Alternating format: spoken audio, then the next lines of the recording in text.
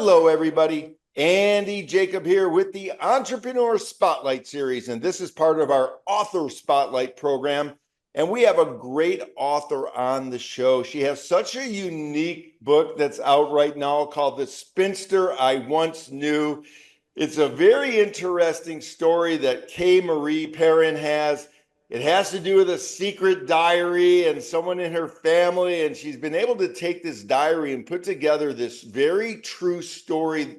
It's actually based on a true story of the diary, but wow, it's getting a lot of great attention, and we're very excited to have Kay on the show today. Kay, welcome to the Entrepreneur Spotlight Series today. Thank you. Glad to be here. Yeah, it's great to have you. Now, you've got a very interesting story. There was an aunt who you knew throughout your years, and of course, there was a secret diary at the bottom of a box somewhere, and your family found the diary, and you found out so many interesting things about this person. You had to write a book about it. But before we get into the diary and get into the book, tell us a little bit about sort of the genesis of finding the diary and how it all started. Well, I did know my great aunt from childhood until when she passed away in 1986. And she used to talk a lot about the children that she took care of on a yacht when she traveled the world. And we just knew that about her. And every Thanksgiving dinner, you would hear more about the children. But after my parents passed away, and they were very involved with the Colorado Historical Society, so they were really into saving artifacts. And I went through the boxes and I found Aunt Clara's diary, and the diary did not mention 7 children on a yacht. And so that set me off on another journey of what was happening here. And that's how the book came to be. Wow, that's really exciting. So you found out a lot, Kay, about this Aunt Clara that nobody really knew before. What were some of the most interesting and exciting things that you discovered in reading through the diary? Well, the diary in itself was the most exciting thing, because every page that I read was, I didn't know that. I didn't know that. A couple of the really interesting things, though, was she took with her a list of books that I have in the book, because these were first edition, and she put 12 books in her trunk for her world journey. And most of these books are still in publication about 100 years later. And it's little things like that that was really interesting. Well, it's interesting. So Aunt Clara was well read. She loved to read during her travels and during her adventures. And that sort of genetic blueprint sounds like it followed through the family, maybe to you. And now you've wrote this book, The Spinster I Once Knew. So it sounds like it's almost a genetic sort of blueprint within your family of either reading or writing, right? Yeah, you could look at it that way. Yeah, it's super cool. So you got the diary. Now I'm thinking in my life, if there was an aunt or an uncle, either or even like I lost my father, Kay, when I was very young, and man, I would give as much money in the world just to have a diary of my father's life. I mean, it's so eye-opening and so interesting. Now, this was an aunt. Was this aunt a brother or a sister of your mom or dad? Well, she was my great aunt. So Got she it. was the sister of my dad's mom. Got it. So she was a great aunt, and I have an Uncle Morris who was a great uncle, but we just call him Uncle Morris. So in the diary, did you learn things about your grandparents as well, and kind of tied that all together within your family hierarchy? No. The diary is basically her world travels. And the book is divided into 3 unique sections because it had to be written my view of Aunt Clara as a child through adulthood and her childhood. And then the third section is the discovery of the diary. And I think that makes it really interesting because they knew what the family knew about her, and many, many items that the family were based on thinking that was Aunt Clara's personality didn't change drastically with the diary. Wow. You said every single page was a page turner for you, Kay. Every time you read a different page of the diary, it was like a moment that was incredible and very insightful. I know it's a tough question, but if there's one thing in the diary that was the biggest surprise of all, what would it be? Well, I think the biggest surprise was she traveled around the world for about 4 years, but as I said previously, we thought it was on a yacht with 7 children. And that is not what the diary said at all. So the biggest surprise was, where were the 4 children, 7 children on the yacht? And then we learned how she went around the world by being a single woman in the early 1920s. Wow. So single woman, 1920s, going around the world. I mean, that's a very unusual, adventurous person at the time. Just curious, does that adventure mindset flow also in the DNA of your family? Are there people in your family even now that are adventurous, just like Aunt Clara was? Yeah, me. I got it. You. Okay, let's talk about that. Let's bring that out a little bit. How are you adventurous, sort of in the same way, or maybe different, but still adventurous as Aunt Clara was? Well, my first 17 years of my career, I was a nurse. And then I went to grad school and got my master's and PhD in public health. And I then was faculty for 26 years in the College of Public Health. And that allowed me to do a lot of world travel.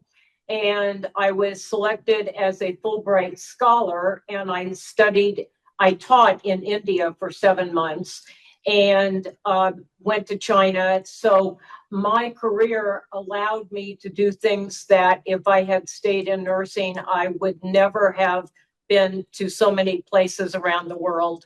So yeah, that was something that I linked to writing the book, because I didn't think I didn't know who Aunt Clara was when I was a child, because actually I was afraid of her because she didn't have a refrigerator. She didn't have a phone.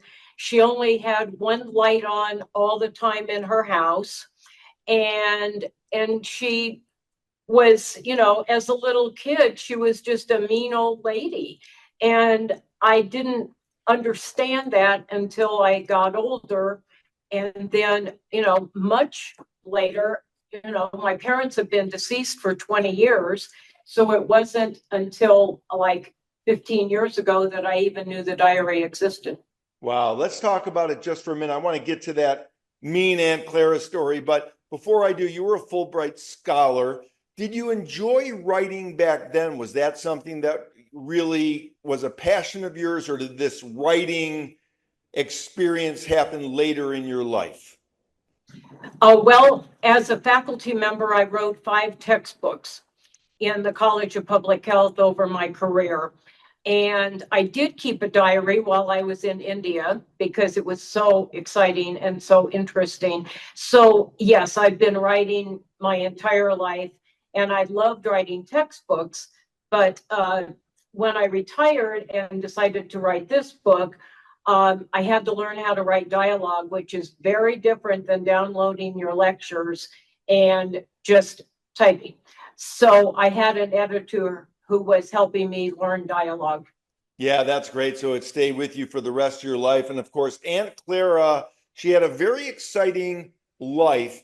But then it sounds to me from reading some excerpts of the book that she pulled away a bit. She became less adventurous as she got older. Let's envelop that a little bit.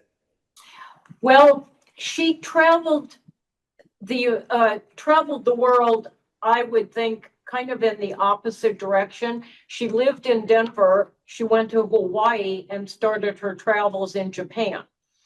And so she got all the way around. And by the time she got to Paris, her father sent her a telegram to come home because her mother had broken her hip. And unlike her siblings, she immediately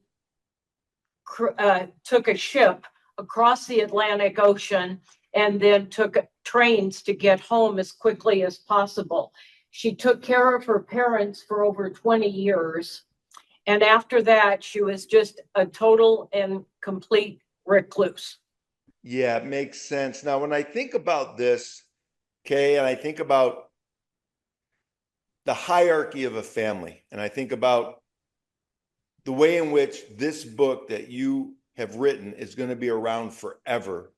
And I would give anything to have a book about an aunt or an uncle and all their adventures. And, it seems like even children and grandchildren and great grandchildren, hundreds of years from now, will have access to this book. Of course, then it's going to be probably primarily only digital, unless somebody's lucky enough to find the hardcover or the paperback. And then it'll probably be worth $1 million. But when we think about it, you're leaving this legacy, you're leaving this story, not only for people that want to read an interesting story, but also for the future generations of the Perrin family. Is that something, as you were writing it, that you were thinking about? Yes, absolutely. And the grandkids are I have 6 grandkids, and they are so excited because, they had heard stories about this woman. And even my children never got to meet Aunt Clara. And so they are really interested in how did this all come about. So, yeah. That's great. And of course, you did a lot of writing when you were a Fulbright scholar and you were in the academia field. Writing a book of this magnitude, was it the same mindset as when you were writing, research papers or academia, or is it a different mindset when you write a book like this? Totally different. Totally different. Because, like I mentioned, as a small child, I was afraid of her and I didn't know what was going on. And I had to really dig into my feelings as a child and bring that back. And then as she aged and I aged, and I gained so much more respect for my parents because my parents would Dad's mom, my grandmother, and Aunt Clara lived 4 blocks apart in downtown Denver. And my parents would drive across town and check on what they would call the ladies. And they would go to Aunt Clara's house sometimes because you couldn't call her. She didn't have a phone. And so they would knock on the door, and sometimes she'd answer and sometimes she wouldn't. And they would be there to fix her toilet or her kitchen sink or something because they just did it because that's who they were. And they did it for Dad's mom and they did it for Aunt Clara. And she never once thanked them, not once. And they still said, this is a family obligation. We have to take care of Aunt Clara. And as a child, it was like, oh, you're going to drive me to Aunt Clara's house and you're going to be there all day on Saturday. And I'm stuck with this lady I don't like. But as I grew older, it just gave me so much depth of who my parents really were and how generous they were with their time to take care of these 2 ladies that they didn't really have to go there as much as they did, but they always checked in on both of them. Yeah, that's beautiful. That's a great testament to your parents as well. So you learned something about your parents as well by writing the book. When you were younger, you said Aunt Clara, you were kind of afraid of her. Now I'm going to ask you somewhat of a tough question because I'm going to have you put your mind into the mind of Clara. What was she thinking? In other words, your feeling was that she was this mean woman, but what was going on in her mind as to why perhaps she was giving off that sort of vibe to you when you were a child? Wow. I think that she was so independent, and most of the time when we went to visit was for a repair that she needed, but she would never ask for it.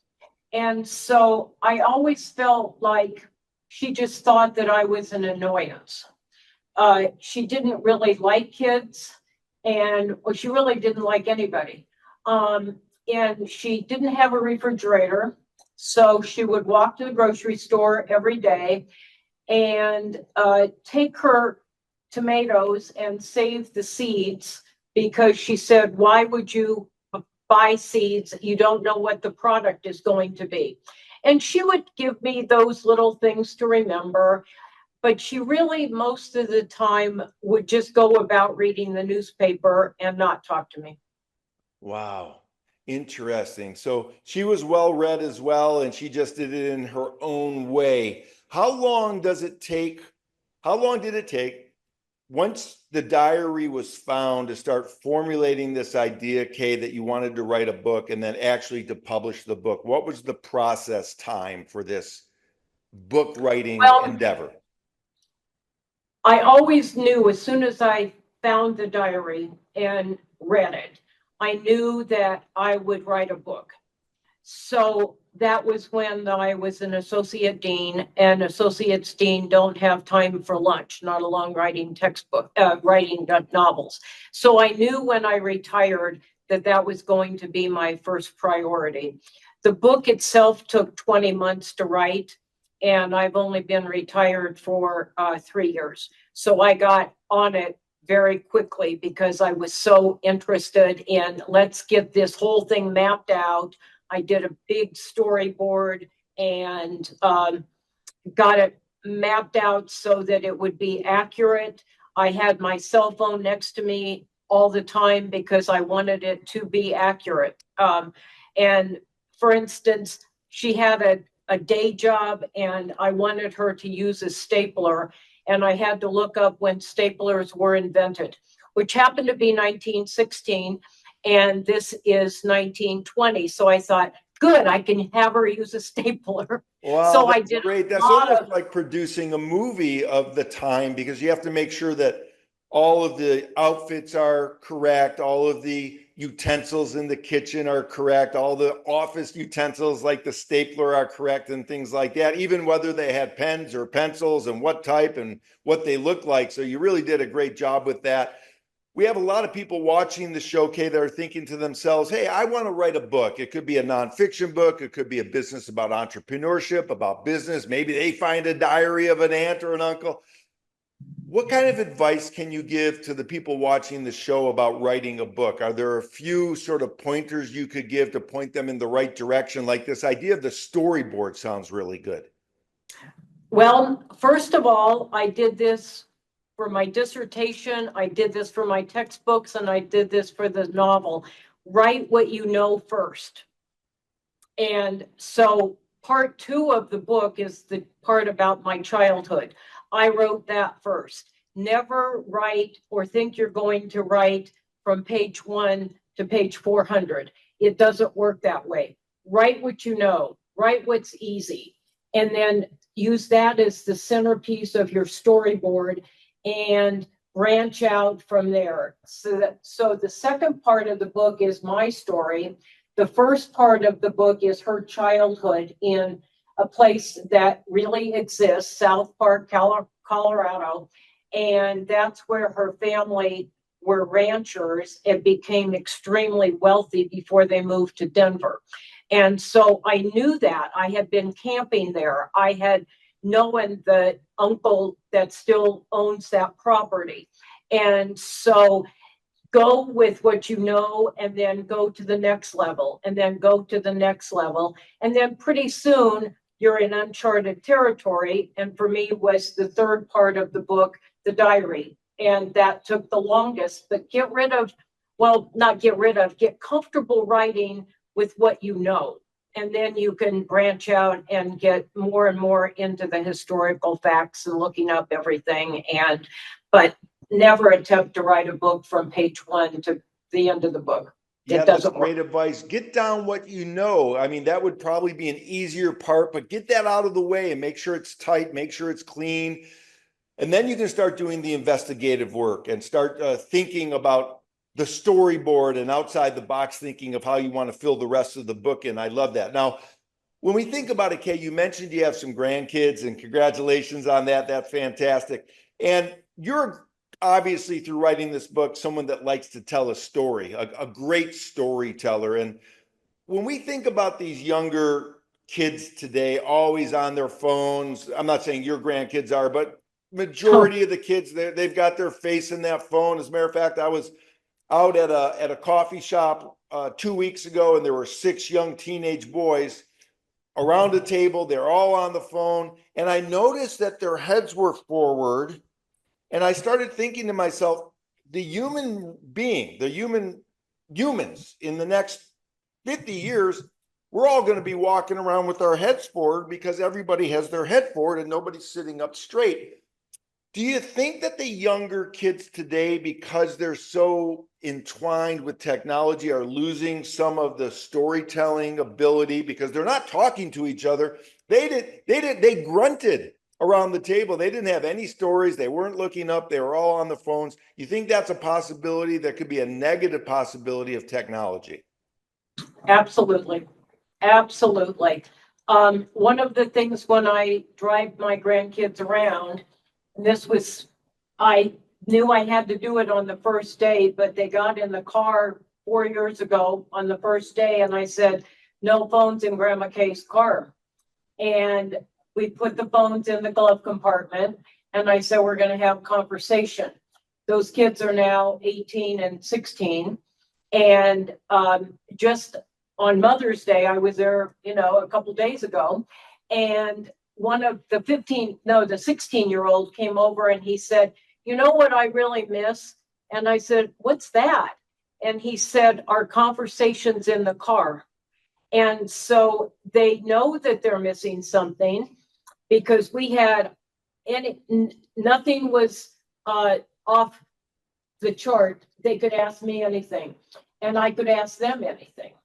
And we did a lot of driving to tennis and lacrosse and every place. And I think that it instilled just a fraction, but I totally agree with you.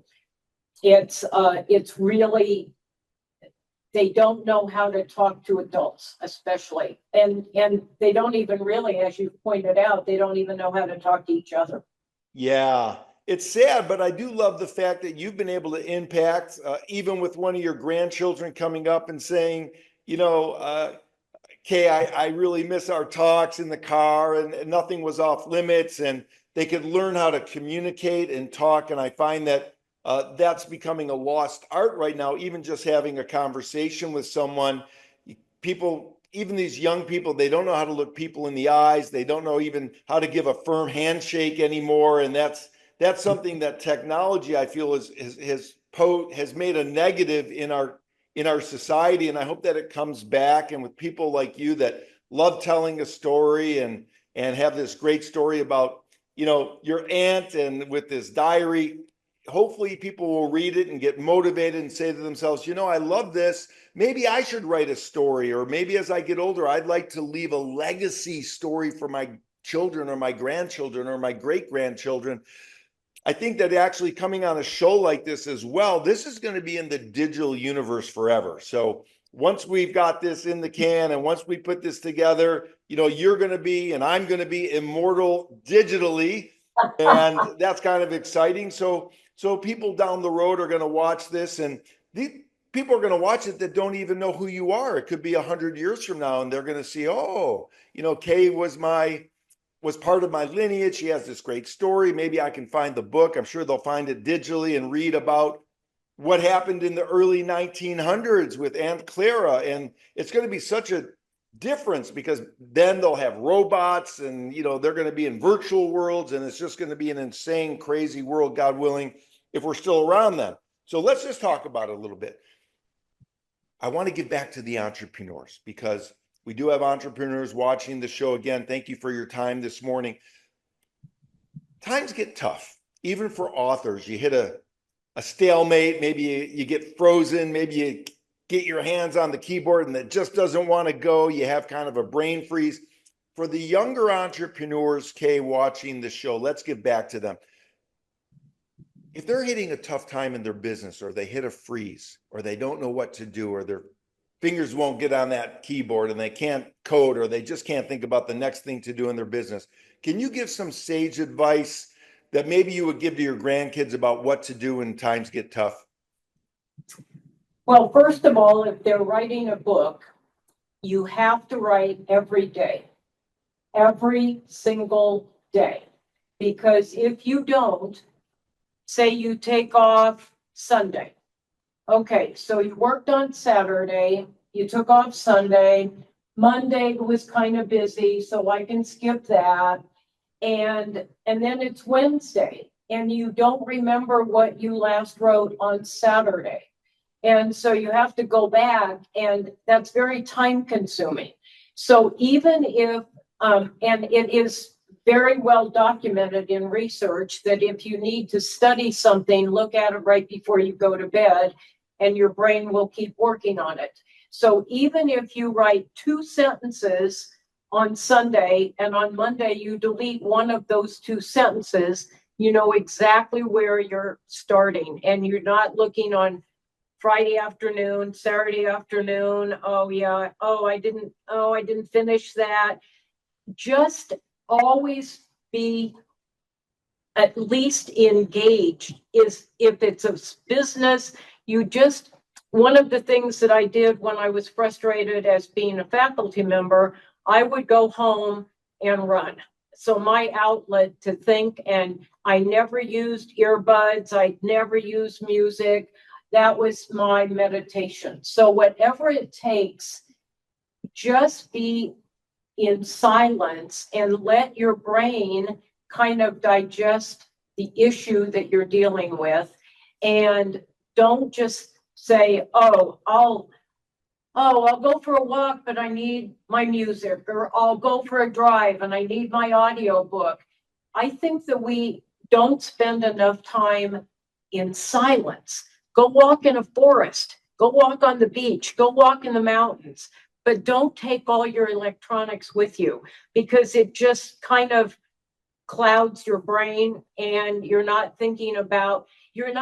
opening your brain to exciting news that they may have come up with.